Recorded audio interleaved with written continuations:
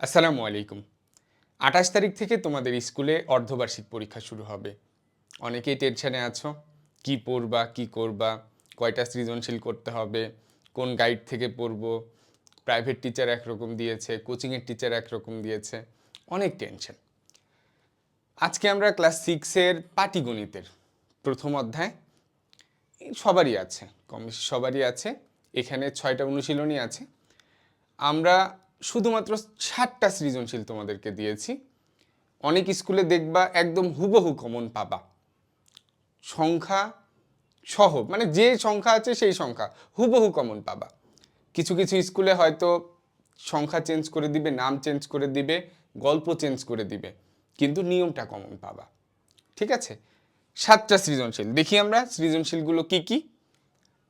প্রথম ঝুড়িতে 159টি আম, দ্বিতীয় ঝুড়িতে 227টি জাম, তৃতীয় ঝুড়িতে 401টি লিচু আছে। 159-এর গুণনীয়কগুলো নির্ণয় করে মৌলিক গুণনীয়কগুলো আলাদা করো। যদি 9টি আম, 7টি জাম, 1টি লিচু পচে যায়, তবে অবশিষ্ট ফলের সংখ্যার লসাগু ইউক্লিডীয় পদ্ধতিতে নির্ণয় করো। একটা পদ্ধতি কিন্তু বলে দিয়েছে কোন পদ্ধতিতে করতে হবে। সর্বাধিক কতজন বালকের মধ্যে ফলগুলো সমানভাবে ভাগ করে দিলে 3টি আম, 6টি জাম ও 11টি লিচু অবশিষ্ট থাকবে। এটা কিন্তু 1.3 অনুশীলনী থেকে দিয়েছি এবং এটা 1.3-এর দেখবা উদাহরণে আছে। ঠিক আছে? 2 নম্বর, এটাও আমাদের 1.3 থেকে অনুশীলনীর একটা অঙ্ক বিশ্লেষণ করে দেওয়া হয়েছে, খুবই গুরুত্বপূর্ণ।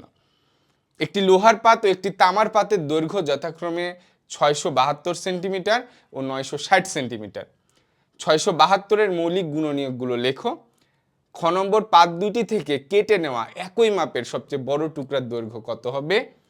প্রত্যেক পাতের টুকরার সংখ্যা নির্ণয় করো। খুবই গুরুত্বপূর্ণ অঙ্ক।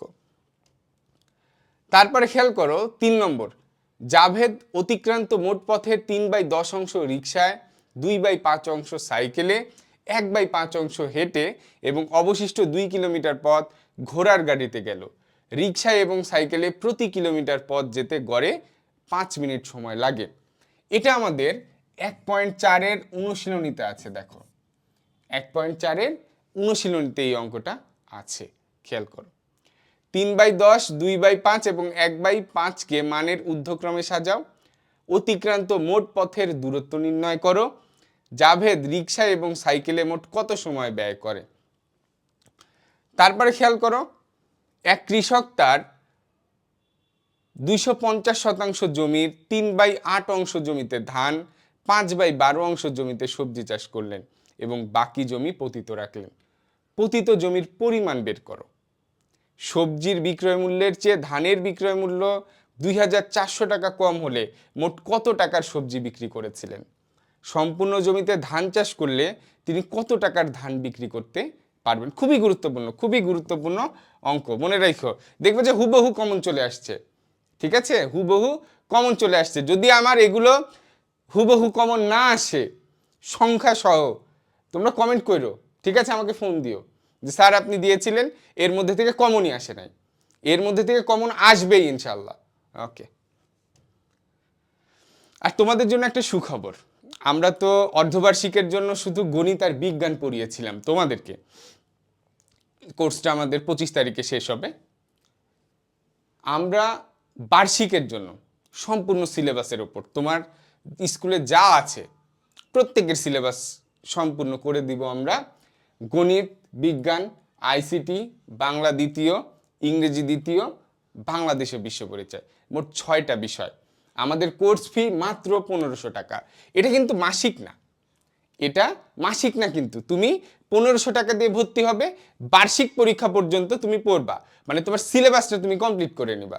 কার সিলেবাসে কি আছে, অন্য স্কুলের সিলেবাসের সাথে তোমার স্কুলের সিলেবাস মিলছে কি মিলছে না তোমার দেখার বিষয় নাই। তুমি তোমার স্কুলের সিলেবাস আমাদের থেকে বুঝিয়ে নিবা এই 6টা বিষয়ের। আমাদের ক্লাস শুরু হবে 25শে জুলাই। এর মধ্যেই তোমরা ভর্তি হয়ে যাবা, শুধুমাত্র 1500 টাকা, মাসিক কোনো চার্জ নাই। এটা দিয়ে ভর্তি হবো, কোনো ভর্তি ফি নেই, কোনো কিছু নাই। বার্ষিক পর্যন্ত পড়বা। আমরা কিভাবে পড়াই তোমরা জানো, আর যে সাজেশনগুলো দিচ্ছি দেখো, কমন আসলে তারপর ভর্তি হয়ে যাও। ওকে। আর এই যে ব্যাচে ভর্তি হতে গেলে আমাদের যে নাম্বার আছে, আমাদের কিন্তু একটাই নাম্বার, এই নাম্বারে হোয়াটসঅ্যাপে অথবা ফোনে যোগাযোগ করে তোমরা ভর্তি হতে পারবা, অথবা আমাদের ফেসবুক পেজ আছে, সেখানে মেসেজ দিলেও তোমরা হেল্প পাবা। ঠিক আছে।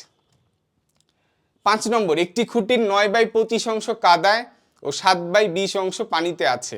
পানির ওপরে খুঁটিটির দৈর্ঘ্য 29 মিটার। ক নম্বর, 0.15কে সাধারণ ভগ্নাংশে প্রকাশ করো। সম্পূর্ণ খুঁটিটির দৈর্ঘ্য নির্ণয় করো। গ, উদ্দীপকের ভগ্নাংশদ্বয়কে সমহর বিশিষ্ট ভগ্নাংশে প্রকাশ করে পানি ও কাদায় খুঁটিটির কোন অংশের দৈর্ঘ্য বেশি আছে তা নির্ণয় করো। 6 নম্বর, কোনো ব্যক্তি তার সম্পত্তির 1/12, এটা কিন্তু 1.6 এর শেষে নমুনা প্রশ্নে আছে। 6 নম্বর, কোনো ব্যক্তি তার সম্পত্তির 1/12 অংশ স্ত্রীকে, 1/2 অংশ পুত্রকে ও 1/4 অংশ মেয়েকে দান করলেন। তার অবশিষ্ট সম্পত্তির মূল্য 60,000 টাকা। ক নম্বর, একটা সরল করতে বলছে আমাদেরকে। খ নম্বর, স্ত্রী, পুত্র ও মেয়েকে দান করা সম্পত্তির অংশসমূহের মানের ঊর্ধ্বক্রমে সাজাও। গ, মোট সম্পত্তির মূল্য বের করো। আচ্ছা, তোমরা কারা কারা এগুলোর সমাধান চাও আমরা 2-1 দিনের মধ্যে দিয়ে দিব, যদি দেখি যে চাচ্ছ তোমরা। আর যদি তোমরা পারো, অনেকে হয়তো পারবো এগুলো, শুধু প্রশ্নগুলো নিতে পারো। আর যদি সমাধান চাও তোমরা কমেন্টে লিখে দিও, ইনশাল্লাহ আমরা চেষ্টা করব দিয়ে দেওয়ার। 7 নম্বর, একটি পানি ভর্তি বালতির ওজন। খুবই খুবই খুবই গুরুত্বপূর্ণ অঙ্ক। আমাদের এই অঙ্কটা দেওয়ার সম্ভাবনা অনেক বেশি। ঠিক আছে, 1.5-এ আছে মনে হয়। অনুশীলনের একটা অঙ্ক, এখান থেকে আমরা সৃজনশীল বানাই দিছি। একটি পানি ভর্তি বালতির ওজন 16/2 কেজি। বালতিটির 1/4 অংশ পানি ভর্তি থাকলে তার ওজন 5/1/4 কেজি হয়। ক নম্বর, বালতিটির কতটুকু অংশ খালি? খ নম্বর, বালতির পানির ওজন কত? খ নম্বর, খালি বালতির ওজন কত? ইনশাআল্লাহ প্রথম অধ্যায় থেকে যদি তোমরা এই 7টা অঙ্ক করো, দেখবা কমন পাবা ইনশাআল্লাহ। সবাই ভালো থেকো, সুস্থ থেকো, দেখা হবে পরবর্তী ভিডিওতে। আল্লাহ হাফেজ।